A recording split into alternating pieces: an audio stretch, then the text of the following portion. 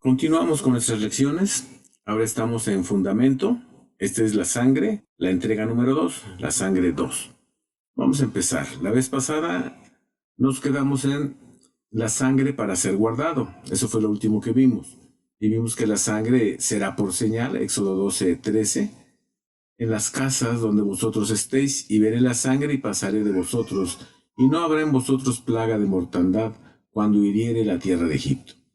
Bien, el siguiente aspecto es sangre o la señal, la sangre como señal en nuestro corazón, en nuestras vidas, para no ser herido. Éxodo 12:23. Dice la palabra del Señor de la siguiente manera. Éxodo 12:23. Porque Jehová pasará hiriendo a los egipcios, y como verá la sangre en el dintel y en los dos postes, pasará Jehová aquella puerta, y no dejará entrar al heridor en vuestras casas para herir. Esta palabra heridor es la palabra H7843 de la concordancia Strong. Es la palabra shahat, raíz primaria, que significa decaer, arruinar, corromper, corruptor, entre otras muchas cosas, ¿verdad? Depravado, destrozador, destruidor, enloquecer, estropear. Todo esto significa. Cosa muy curiosa, aparentemente para nosotros, es que esta palabra, shahat, es exactamente la misma palabra, solo con el acento en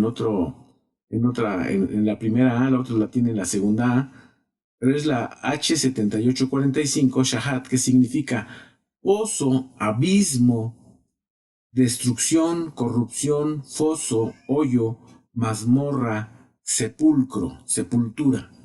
Los que se acuerdan recordarán esta palabra shahat como de uno de los abismos. ¿Se acuerdan que hablamos de varios abismos cuando el pastor Dani nos estuvo enseñando respecto a qué pasó los 3 días que Jesucristo estuvo muerto? Y nos hablaba del abismo Borg, del abismo Tehom y del abismo Shahat. Entonces tiene que ver con estos abismos, con esas prisiones que están en lo profundo, en el corazón de la tierra. Este heridor tiene que ver, su nombre tiene que ver con lo que hay en el abismo. Siguiente punto, la sangre como alianza, la sangre como convenio. Veamos a la sangre como una alianza, como un convenio, como un pacto que podemos tener con Dios. Éxodo 24:8. Entonces Moisés tomó la sangre y roció sobre el pueblo y dijo: He aquí la sangre de alianza que Jehová ha hecho con vosotros sobre todas las cosas. Es decir, los pactos, los convenios, las alianzas que Dios hace se hacen a través de un pacto de sangre. Había ofrendas, había sacrificios con los cuales se entraba o se manifestaba o se sellaba un pacto. Mateo 26:28 nos habla de un pacto nuevo, nos habla de este pacto maravilloso que a través de Cristo Jesús tenemos con el Padre Eterno, a través de la sangre preciosa de Cristo. Mateo 26:28. Porque esto es mi sangre del nuevo pacto, dice Jesús, la cual es derramada por muchos para remisión de los pecados.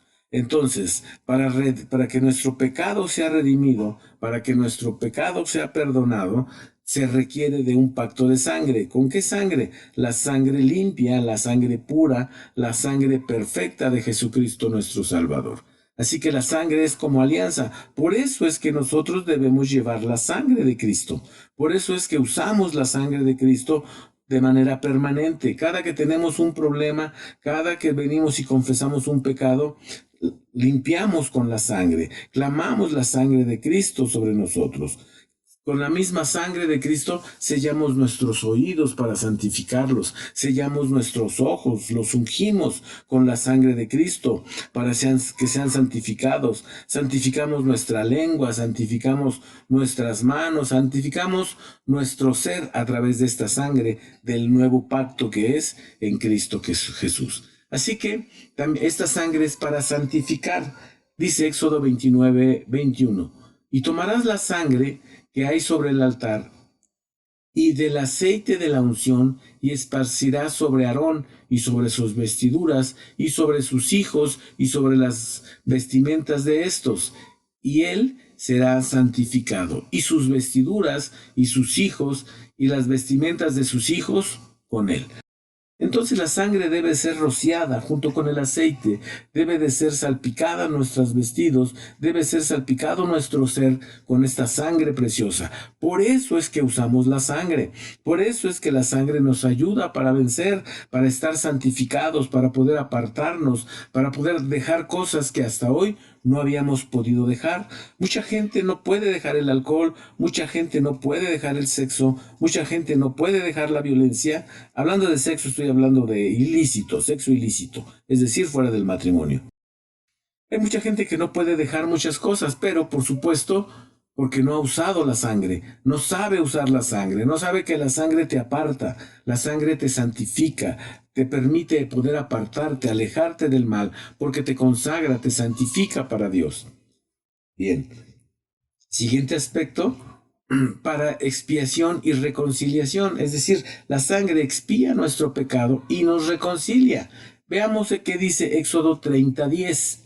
Y sobre sus cuernos hará Aarón expiación una vez en el año con la sangre de la expiación, por las reconciliaciones. Una vez en el año hará expiación sobre él en nuestras edades. Será muy santo a Jehová. Este es el día de la expiación, el día del Yom Kippur, cuando el sacerdote entraba en el lugar santísimo y hacía expiación una vez al año solamente, para expiar el pecado del pueblo y hubiera reconciliación entre Dios y su pueblo. Estos son solo algunos de los convenios o acuerdos que hacemos con Dios. Obviamente hay muchos pactos dentro de Dios, dentro de la enseñanza, dentro de la escritura, pero ese sería un tema aparte, los pactos de Dios. Pero aquí vemos estos pactos de sangre, estos convenios, estas alianzas que hacemos con Dios a través de la sangre preciosa, ahora de Jesucristo, su Hijo y nuestro Salvador. Estos son solo algunos, pero es muy importante no perder de vista los alcances de la sangre en las Sagradas Escrituras, la importancia que tiene al ser esparcida sobre el pueblo. Lo fue en el pasado y lo es ahora. El cristiano de hoy debe vivir permanentemente en la sangre de Jesucristo, que nos limpia, que clama por nosotros, porque es por señal de este nuevo pacto que Dios hizo con cada uno de nosotros. Había diferentes tipos, había diferentes ofrendas de sangre, pero básicamente vamos a ver un resumen aquí de estas ofrendas. Cada una de ellas es detallada y cada una de ellas muestra muchísimos aspectos de la relación nuestra con Dios, pero vamos a tratar de hacerlo de manera resumida para que sea digerible y poder entenderlo. Lo podremos estudiar más adelante, en otro tiempo, ya de una manera más detenida, pero ahorita voy a dar un bosquejo general. Los sacrificios eran varios, básicamente eran muy variados. Variaban nada más en la manera de realizarse. Pueden verlos en Levítico 1 y Levítico 2. Podríamos decir que dependían de tres cosas: el tipo de ofensa o de la falta que se haya cometido, la economía de la persona, es decir, su poder adquisitivo, si tenía muchos bienes o tenía pocos, y el servicio que esta persona, el infractor, el pecador, prestara a la comunidad, es decir, su cargo o su jerarquía. De esas tres cosas básicamente dependían las ofrendas que debían de presentarse. Por lo que no habría ningún pretexto para no llevar a cabo alguna ofrenda o algún holocausto, porque podría ser desde un becerro hasta harina, flor de harina para presentarla delante de los sacerdotes. Entonces, no era necesario que tuvieran que ahorrar para un becerro. Si lo querían hacer estaba bien, pero no era necesario porque Dios había dado oportunidad para todos, que todos pudieran alcanzar a hacer un holocausto, una ofrenda para el Señor, para reconciliarse con Dios, para establecer nuevos pactos con Dios. Veamos lo que dice Isaías 1:18. El Señor establece en su palabra, dice Isaías 1:18, venid luego, dirá Jehová, y estemos a cuenta. Si vuestros pecados fueren como la grana, como la nieve serán emblanquecidos, y si fueren rojos como el carmesí, vendrán a ser como blanca lana. Muy bien. Veamos las ofrendas de sangre por el pecado.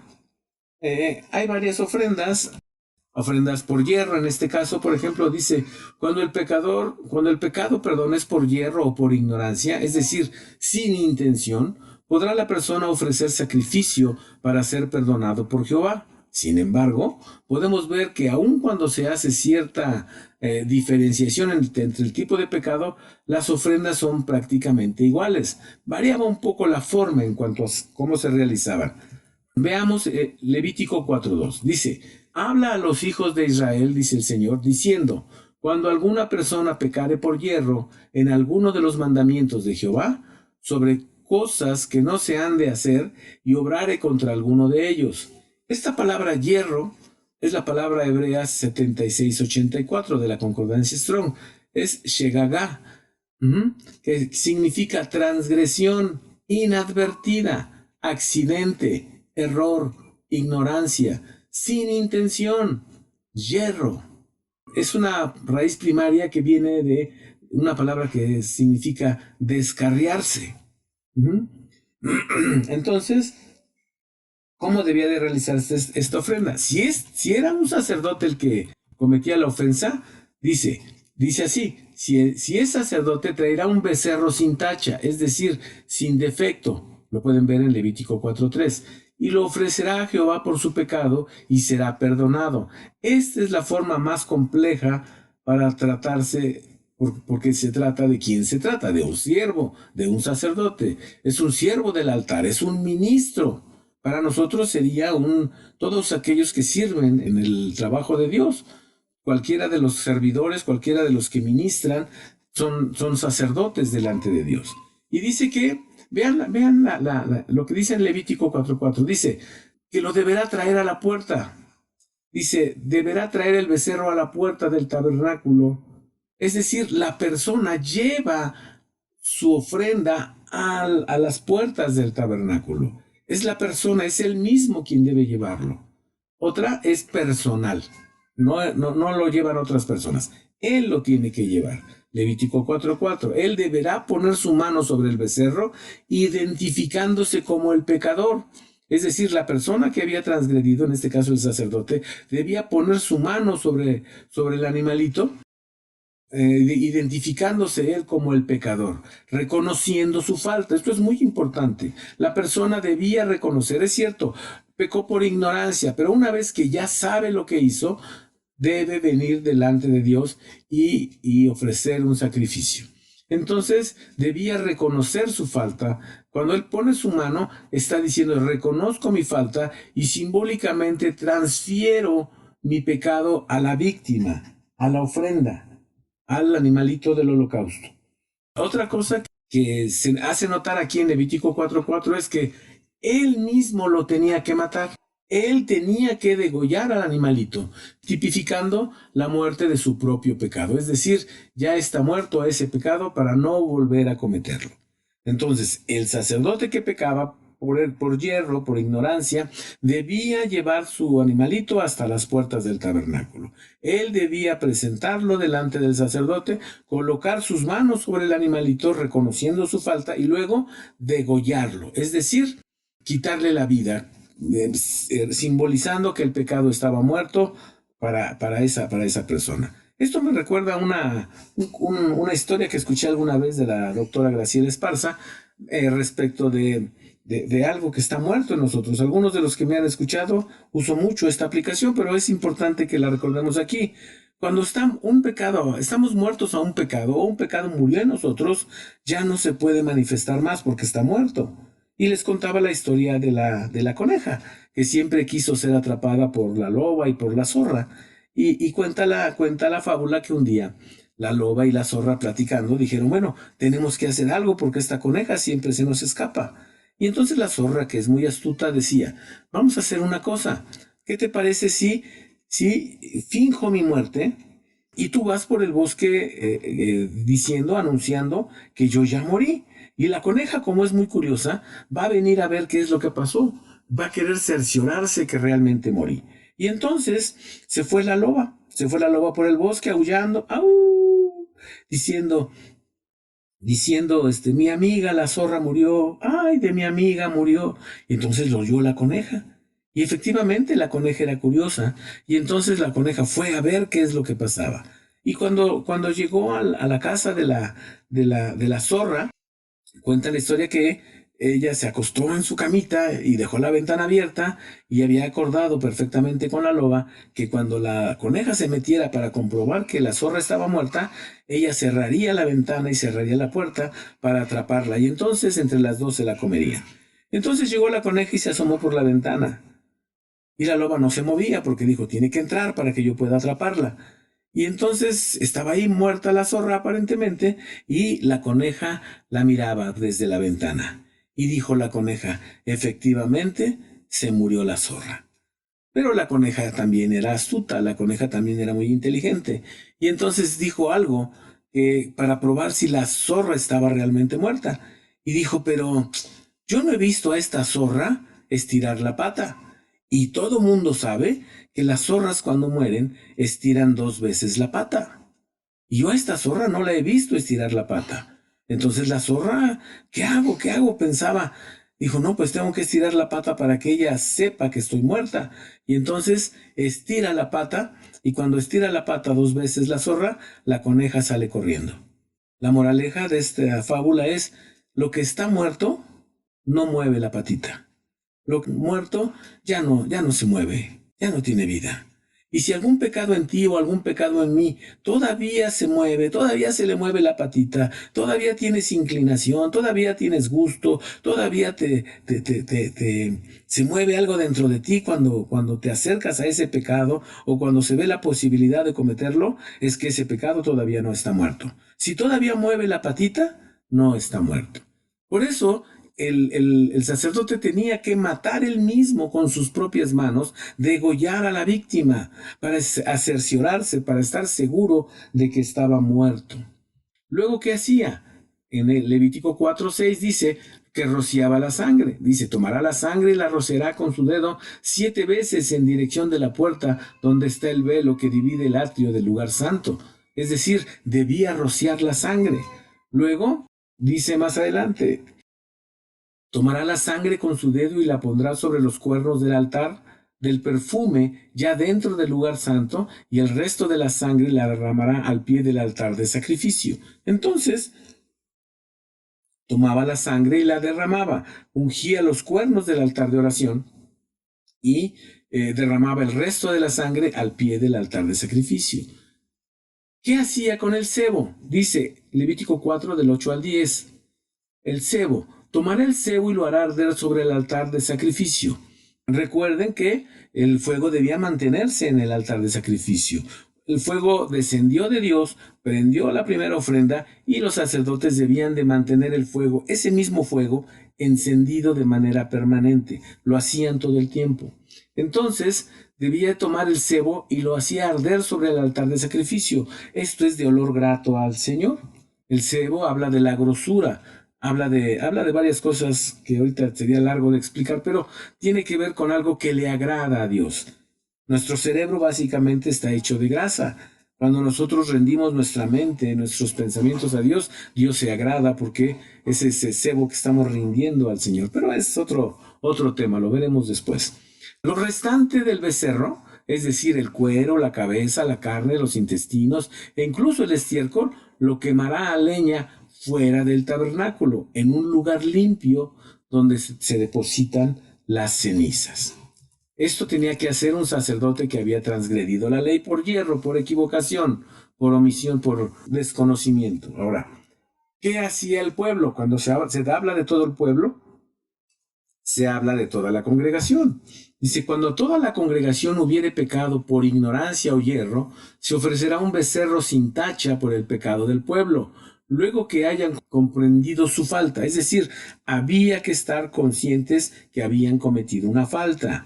Noten cómo eso desde el Antiguo Testamento es algo que se señala y se marca muy puntualmente. Cuando ya nosotros los cristianos de hoy debemos confesar nuestro pecado, aunque muchos dicen que ya no, pero debemos confesar nuestro pecado, debemos estar conscientes que hemos cometido un pecado. Porque si yo no creo que pequé, no voy a confesar nada, y entonces no me será perdonado nada. Dice que la congregación en Levítico 4:14 traerá voluntariamente un becerro a la puerta del tabernáculo. Otra vez, toda la congregación venían y traían un becerro a la puerta del tabernáculo. ellos lo traían. Los ancianos, Levítico 4:15, pondrán sus manos sobre el becerro, representando a todo el pueblo. Los ancianos pondrán las manos sobre el becerro y lo degollarán. Otra vez, para tipificar que reconocen su falta y que ellos son los culpables y lo van a degollar, es decir, van a morir a ese pecado. Luego el sacerdote, en Levítico 4:16, dice, hará la ceremonia de expiación, de la misma manera, de Levítico 4:17 al 21, que se realiza para el pecado por ignorancia de un sacerdote. Hará exactamente lo mismo. Ahora, ¿qué pasa cuando es un príncipe?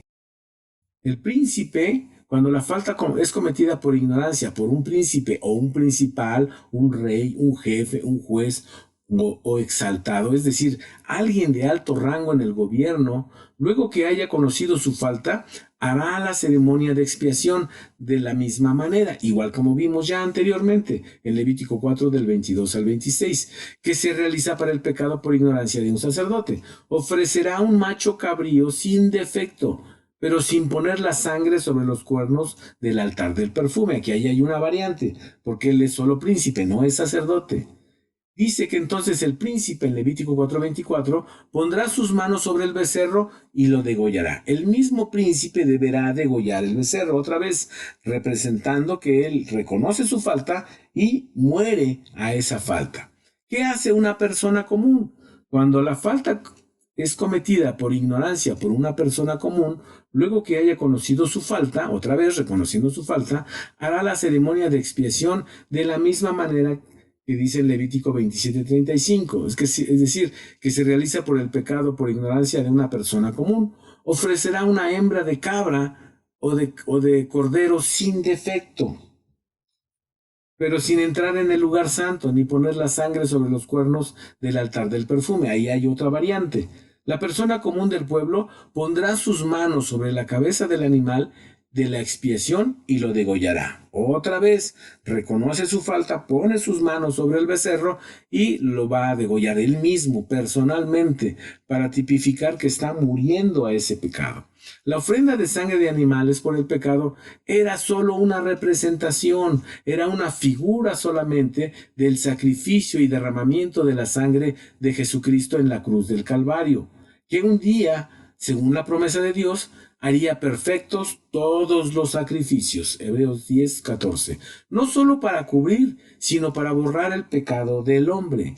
La sangre de animales solo cubría el pecado. Era una expiación temporal, era una expiación representativa de lo que un día haría la preciosa sangre de Cristo Jesús de una vez y para siempre. Como dijimos, Hebreos 10:12. ¿Qué dice Levítico 17:11? Dice, porque la vida de la carne en la sangre está, y os le ha dado para expiar vuestras personas sobre el altar, por lo cual la misma sangre expiará a la persona. Esta palabra expiar es kafar, una palabra hebrea 37:22 de la Strong, y significa cubrir, condonar, aplacar, cancelar, anular, limpio. También significa pacto, significa perdonar, significa purificar, significa reconciliar, significa darle a Dios una satisfacción. Amén. Bien, la sangre de Jesús quita, es decir, borra, se lleva el pecado del hombre. Isaías 38:17. Cancela, anula, limpia, hace un pacto nuevo, purifica, santifica y nos reconcilia con el Padre eterno. Juan 1:29. El siguiente día ve Juan a Jesús que venía a él y dice, he aquí el Cordero de Dios que quita el pecado del mundo. No esconde, no cubre, quita, borra, cancela el pecado del mundo. Hebreos 9:9 dice lo siguiente, lo cual, al refiriéndose a estos sacrificios de sangre, lo cual era figura de aquel tiempo presente en el cual se ofrecieron presentes y sacrificios que no podían hacer perfecto cuanto a la conciencia al que servía con ellos. Me voy a parar aquí tantito. Es decir, la gente que hacía la expiación con animalitos sabía que esa sangre de animalitos no iba a ser suficiente, pero confiaban en que un día vendría la sangre preciosa de Cristo para que ese sacrificio de sangre se hiciera perfecto. Es decir, sobre esa sangre natural posara después la sangre espiritual de Cristo para hacer perfecto el sacrificio. Verso 10, Hebreos 9:10. Consintiendo solo en viandas y en bebidas y en diversos lavamientos y ordenanzas acerca de la carne, impuestos hasta el tiempo de la corrección. Verso 11.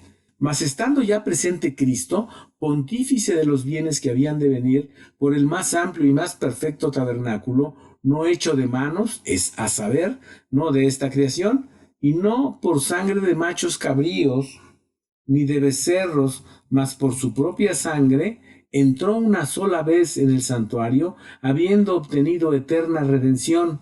13. Porque si la sangre de los toros y de los machos cabríos y las cenizas de la becerra, rociada a los inmundos, santifica para purificación de la carne, cuánto más la sangre de Cristo, el cual por el Espíritu Eterno se ofreció a sí mismo, sin mancha a Dios, limpiará vuestras conciencias de las obras de muerte, para que sirváis al Dios vivo. Esta palabra quita, que está en Juan 1:29, dice, es una palabra griega, la 142, airo, es un verbo primario que significa cargar o llevar cargando, alzar la voz, expiar el pecado, quitar, recoger, tirar. Van a entender por qué dice tirar. Y dice limpiará, la palabra limpiará, la de Hebreos 9:14, es una palabra que significa limpiar, hacer limpio, desaparecer, purificar.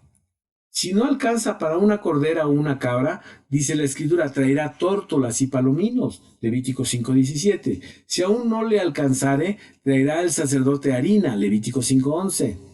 De tal manera que no hay pretexto para dejar de traer ofrenda de expiación al altar. Como podemos ver, no es tan importante lo que podamos traer al altar como la decisión de venir y reconocer nuestra falta delante de Dios.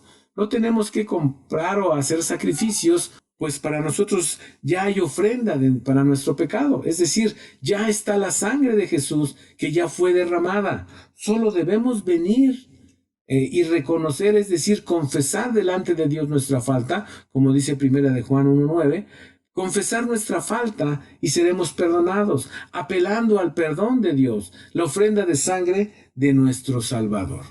De acuerdo. Proverbios 28:13 dice, el que encubre sus pecados no prosperará, mas el que los confiesa y se aparta alcanzará misericordia. Así pues es importante clamar la sangre de Jesús sobre nosotros, pues ella santifica, limpia, redime, borra, perdona nuestro pecado. No son pocos los que afirman que ya no debemos usar la sangre de Jesús sobre nosotros, que es un desperdicio, como si malgastáramos la sangre preciosa de Cristo.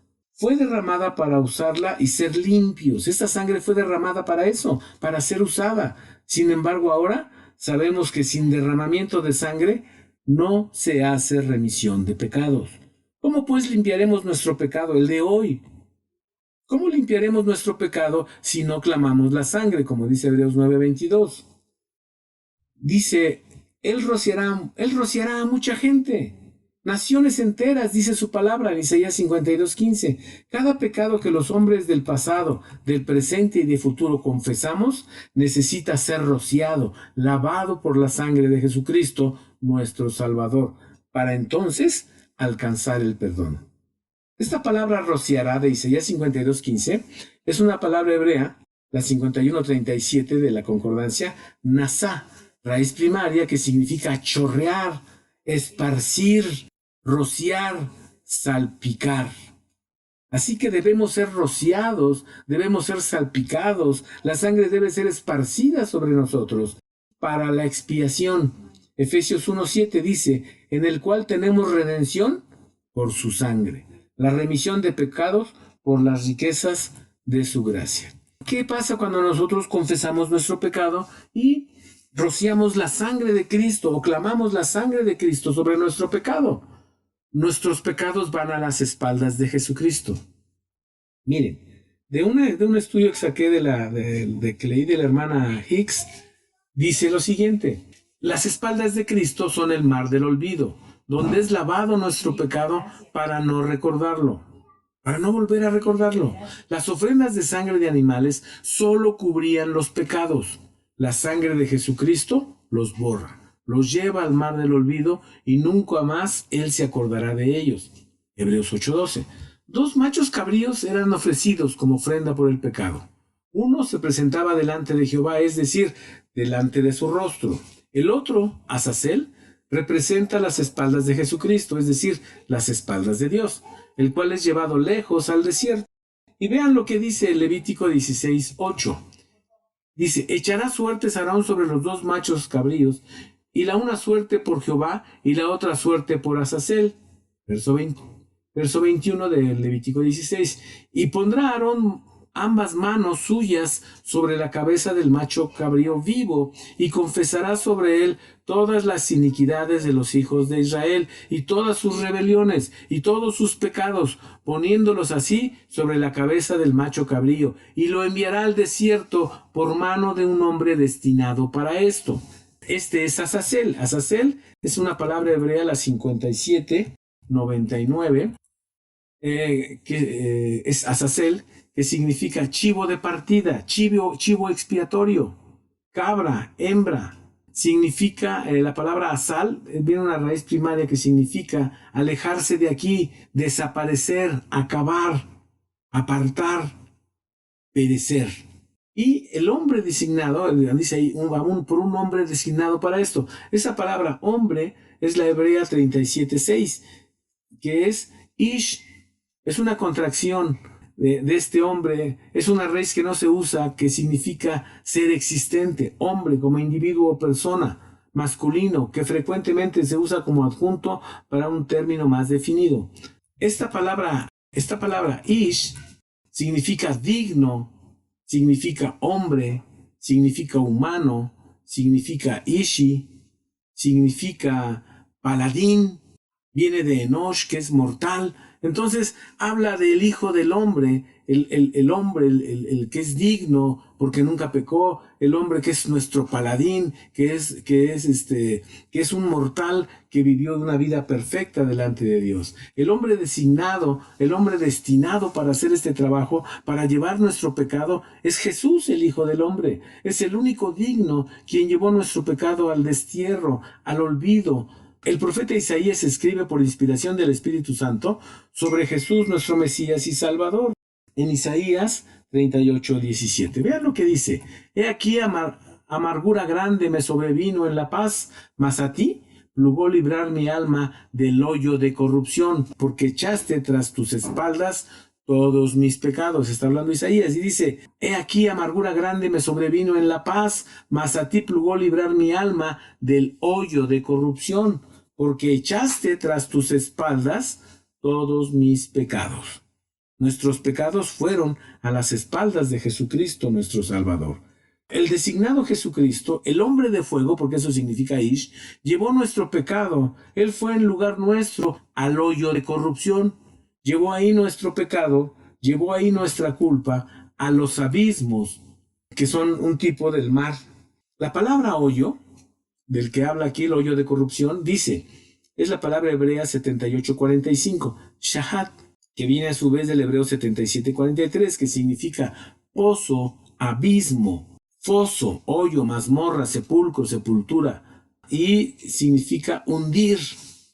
De tal forma, como ya vimos, que ese shahat tiene que ver con abismo. Éxodo 15:4 y 15:5 dice, los carros de Faraón y su ejército echó en la mar, y sus escogidos príncipes fueron hundidos en la mar, en el mar Bermejo. Los abismos los cubrieron, como piedra descendieron a los profundos. Esta palabra abismos es la palabra tejón. ¿Se acuerdan que ya hablamos del abismo tejón? Es la palabra hebrea 84:15 de la Strong. Y dice abismo como una masa de agua que sube. Por eso el mar es un tipo del abismo. Por eso el mar nos espanta, nos sobrecoge, nos impresiona, porque es un tipo del abismo. Dice especialmente lo profundo, el mar principal o la provisión de agua subterránea. Abismo, eso significa. Podemos claramente relacionar abismo entonces con mar, y mar con las espaldas de nuestro Salvador, es a saber Jesucristo, quien llevó nuestro pecado a los abismos profundos, Efesios 4:9. Él fue designado por Dios el único digno de llevar nuestra culpa, por cuanto él nunca pecó, Hebreos 9:28. Como cordero limpio y sin mancha, fue ofrecido para pagar nuestro pecado, Isaías 53, del 4 al 7. Ahora, ¿qué dice Hebreos 10:16? Y este es el pacto que haré con ellos. Después de aquellos días, dice el Señor, daré mis leyes en sus corazones y en sus almas las escribiré. Añade, y nunca más me acordaré de sus pecados e iniquidades. Verso 18, pues donde hay remisión de estos, no hay más ofrenda por el pecado. ¿Qué quiere decir? Ya fue pagado, ya lo confesé, ya me aparté de ese pecado, ya está perdonado, está olvidado. Dios lo olvida. Dios lo olvida, Dios lo echa en sus espaldas, en el mar profundo, en esos abismos profundos, donde Él fue cuando murió, descendió su cuerpo a la tumba y su alma fue a los infiernos, a los abismos, allá fue a llevar tu pecado y mi pecado. Pero por eso será imperdonable que no confesemos y que no nos arrepintamos, porque todo el trabajo ya lo hizo Él con su muerte en la cruz. Yo lo único que tengo que hacer es reconocer mi pecado, confesarlo y apartarme. Amén. Viene otra ofrenda, esta fue ofrenda por el pecado, ahora viene la ofrenda de paces. Hay una ofrenda de paces, una ofrenda para pacificar. La ofrenda de paces se ofrecía voluntariamente, no era para pedir algo a Dios, se hacía solo por gratitud. La gratitud humana es algo muy importante para Jehová, pues tiene que ver con el reconocimiento que el ser humano hace de la persona de Dios. La gratitud es producto de la humildad. En el orgullo y la soberbia no hay gratitud.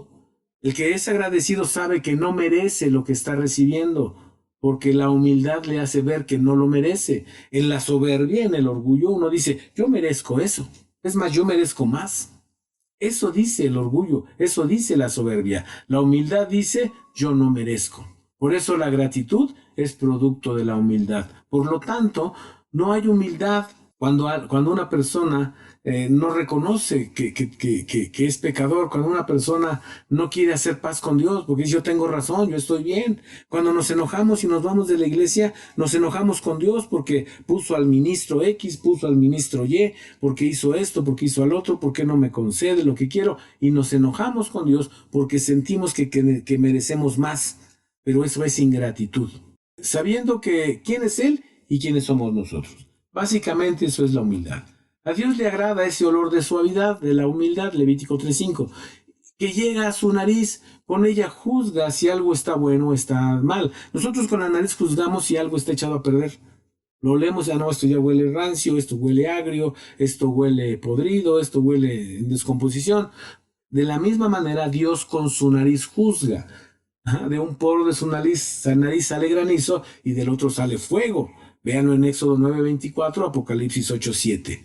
El Señor reprende, segundo de Samuel 22:16, reprende al malo y le hace entender su falta para que confiese, para que se aparte, para que haya paz entre Dios y el ofensor o el pecador, es decir, nosotros. Levítico 3:1 dice lo siguiente, y si su ofrenda fuere sacrificio de paces, si hubiere de ofrecerlo de ganado vacuno, sea macho o hembra sin defecto, lo ofrecerá delante de Jehová. La palabra paces aquí es la palabra hebrea 8002. Es Shelem. Esta palabra significa un sacrificio voluntario, de agradecimiento, ofrenda de paz. Significa ser amistoso, hacer enmiendas, hacer paz, darle un tributo a Dios. La paz de Dios es diferente a la paz que el mundo o la sociedad humana puede darnos. Si bien es cierto que muchas de nuestras intranquilidades son por causas económicas, emocionales o morales, también es cierto que a pesar de cualquier carencia o inestabilidad, si Dios está con nosotros, nada de eso podrá perturbarnos, pues nuestra confianza está firme y segura en la perfecta voluntad de Dios, es decir, nuestro Padre Eterno. Él sabe lo que hace, Él sabe lo que necesitamos. Antes que se lo pidamos, Él ya lo sabe. Juan 14:27 dice, la paz os dejo, mi paz os doy. No como el mundo la da, yo os la doy. No se turbe vuestro corazón, ni tenga miedo. La palabra paz empleada aquí es una palabra griega, la 1515, eirene, probablemente de un verbo primario, eiro, literalmente o figurativamente, por implicación, prosperidad. Significa prosperidad. Es decir, en la paz prospero. En la guerra, en el conflicto, en los pleitos, en todo esto no hay prosperidad. ¿Dónde hay prosperidad? En la paz. Está implícito. Filipenses 4:7 dice, y la paz de Dios, que sobrepuja todo entendimiento, es decir, está por encima de lo que nosotros podamos entender, guardará vuestros corazones y vuestros entendimientos en Cristo Jesús. Estar en paz con Dios, sin reprocharle a Dios, sin cuestionar sus decisiones, pues debemos estar convencidos que Dios es bueno y que todo lo que viene a nuestra vida, nos lo parezca o no, es para nuestro bien. Pensar distinto sería tanto como decir que Dios es malo o incomprensivo, lo cual es por supuesto una mentira, una blasfemia. Romanos 8:28 dice, sabemos que a los que Dios aman, todas las cosas les ayudan a bien, es a saber, a los que conforme al propósito son llamados. Tratar de comprender por qué Dios hace o permite lo que nos sucede sería tanto como creer que mi pequeña mente puede entender a Dios. Yo quiero entender por qué Dios hace esto, por qué Dios, siendo Dios, permite esto y permite aquello. Es querer entender con una mente pequeña, una mente infinita como la mente de Dios, una mente totalmente sabia. Es quererme poner al nivel de Dios. Eso es una blasfemia, eso es una herejía. Es querer ponerme a la altura de Dios. La verdad es que yo no comprendo. La verdad es que no debo tratar de entender. Simplemente debo creer que lo que estoy viviendo es para mi bien. Aunque mi razonamiento carnal o mi razonamiento humano me grite lo contrario. 1 Corintios 2:14. Dios siempre querrá lo mejor para mí. La comprensión llegará cuando vea los resultados de lo que Dios hizo. Podemos clamar la sangre del Señor Jesús para reconciliarnos con Dios el Padre Eterno. Es decir, que haya paz entre Dios y nosotros, para purificar nuestro corazón y nuestro entorno. Esta sangre de paces puede ser rociada sobre el violento o el conflictivo. Esto traerá paz sobrenatural. Cuando el marido le esté peleando, usted internamente clame la sangre de paces sobre la persona. Y la sangre sobrenatural de Cristo caerá sobre él y él se irá pacificando poco a poco, irá siendo transformado. Con ella podemos pacificar nuestro hogar, nuestras relaciones más conflictivas, apelando al poder pacificador de la sangre preciosa de Jesucristo, nuestro Salvador. Encontrando primero nosotros la paz con Dios y luego con las demás personas. Efesios 2:14 dice lo siguiente, porque Él es nuestra paz, que de ambos hizo uno, derribando la pared intermedia de separación. Jesús es nuestra paz para con Dios. Él pacificó la relación entre Dios y nosotros, que por causa del pecado se había perdido. Había guerra entre Dios y nosotros, cosa que por supuesto no nos convino nunca. Isaías 53:5, mas el herido fue por nuestras rebeliones, molido por nuestros pecados. El castigo de nuestra paz fue sobre él, y por su llaga fuimos nosotros curados. Quiere decir que él tuvo que sufrir dolor, angustia, para que tú y yo tuviéramos paz. Amén. Ahora, Romanos 8:35 dice, ¿quién nos apartará del amor de Cristo? ¿Tribulación, angustia, persecución, hambre, desnudez, peligro, cuchillo? No, la paz de Jesús alcanza para cubrirnos, para tenernos en paz, para estar tranquilos, para poder confiar, porque sabemos que todas las cosas vienen de Dios. Todo viene de Dios. Así es, todas las cosas vienen de Dios. Nada está fuera de su control. Algunas nos parecen malas, porque no son lo que yo quiero o lo que yo espero, o lo que mi comprensión entiende. Sin embargo, Dios obra bien. Dice Romanos 11:36, porque de Él y por Él y en Él son todas las cosas. A Él sea la gloria por los siglos. Amén. Es decir, todo viene de Dios. Santiago 1:17, toda buena dádiva, todo don perfecto es de lo alto, que desciende del Padre de las luces, en el cual no hay mudanza ni sombra de variación. Toda dádiva, todo viene de Él. Luego también todo obra para bien. Es decir, todo lo que sucede obra para bien, aunque yo no lo crea, aunque yo no lo entienda. Todo obra para bien. Romanos 8:28. Y sabemos que a los que Dios aman, a los que a Dios aman. Si usted no ama a Dios, no aplica para usted. Sabemos que los que a Dios aman, todas las cosas les ayudan a bien. Es a saber, a los que conforme al propósito son llamados. Si usted no ha sido llamado y no hay un propósito para usted, tampoco aplica esta palabra para usted. Pero a los que Dios aman, todas las cosas les ayudan a bien. Ahora, todo tiene un propósito en Dios. En Dios, todas las cosas fueron hechas con un propósito para los que le buscan. La Nueva Versión Internacional dice en Proverbios 16:4, toda obra del Señor tiene un propósito. Hasta el malvado fue hecho para el día del desastre. Romanos 8:28 dice, sabemos que los que Dios aman, todas las cosas nos ayudan a bien. Es a saber, a los que conforme al propósito son llamados. Quiere decir que hay un propósito. Estas tres verdades nos dan certeza, nos dan tranquilidad, nos dan paz para que el cristiano pueda vivir, pueda reconciliarse con Dios y estar en paz y en armonía. Ofrendas de sangre de consagración. La ofrenda de sangre de consagración o del todo quemada estaba reservada solo para los hijos de Aarón, es decir, para quienes Dios escogió como sacerdotes. Usted dirá, yo no soy sacerdote. Entonces lea 1 de Pedro 2:9. Aquí vamos a dejar este capítulo de la sangre 2, lo voy a dejar aquí para que en la siguiente entrega, en la 3 que es la última de este bloque, podamos tocar los puntos de la consagración, del trabajo de Dios con cada uno de nosotros. Muy bien. Hasta aquí los dejo por el momento. Muchísimas gracias. La Iglesia Cristiana, El Camino de la Cruz, les da las gracias. Su servidor, el pastor Juan Horta, me despido de ustedes. Estudien, lean, chequen todas las citas que les doy para que puedan tener un entendimiento más claro y firme en la palabra de Dios. Decía mi pastor, siempre decía él, Biblia. De todo lo que digas, Biblia. Biblia, para que la gente sepa que estás fundando lo que dices en la palabra, en la verdad eterna, que es la palabra de Dios. Muchas gracias. Dios les bendiga. Adiós.